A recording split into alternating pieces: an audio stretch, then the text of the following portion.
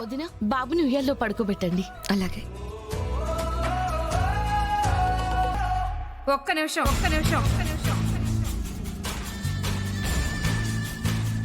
కౌశికి, నీకు బిడ్డ మీద ప్రేమ జాగ్రత్త లేదంటే చెప్పు.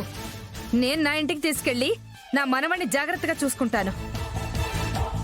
ఏమైంది అత్తయ్య గారు? ఎందుకు అలా మాట్లాడుతున్నారు? బిడ్డని ఇంకా ఉయ్యల్లో కూడా వేయలేదు. బాబు ఎవరి చేతికి ఇచ్చామా అని స్పృహ కూడా లేకపోతే ఎలా?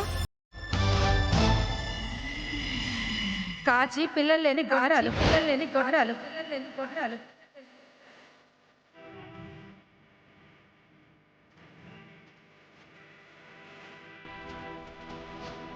ఆ అమ్మాయి చేతికి పిల్లని ఎలా ఇస్తావు?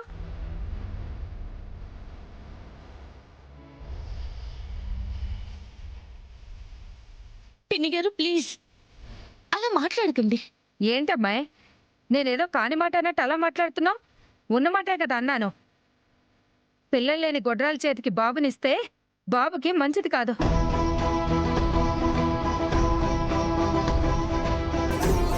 నా మనవడి గురించి నేను ఆలోచించుకుంటున్నాను అంతే.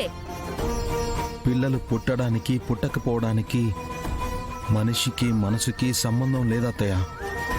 మా కాచి బాబుకి ఏ హాని జరగాలని కలలో కూడా అనుకోదు. తను ప్రేమతో బాబునెత్తుకుంది.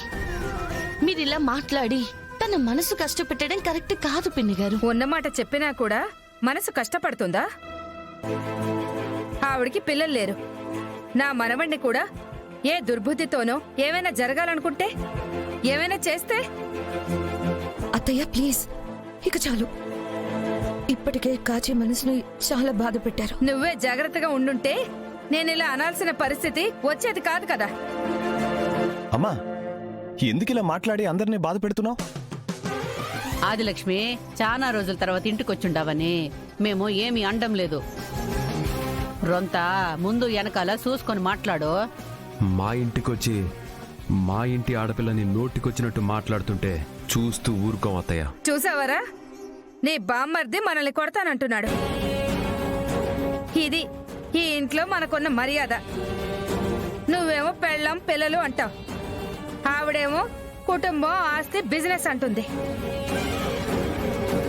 అమ్మా, జరిగింది ఏదో జరిగిపోయింది. సంతోషంగా అందరం కలిసి బాబు ఫంక్షన్ చేద్దాం అనుకున్నాం. అది మానేసి ఎందుకు ఈ లేనిపోని గొడవలన్నీ? కరెక్ట్ గా చెప్పారు మావయ్య గారు. వదినా, అన్నయ్య, బాబుని ఉయ్యాల్లో పడుకోబెట్టండి. రాహుకాలం రాకముందే కార్యక్రమాన్ని పూర్తి చేద్దాం.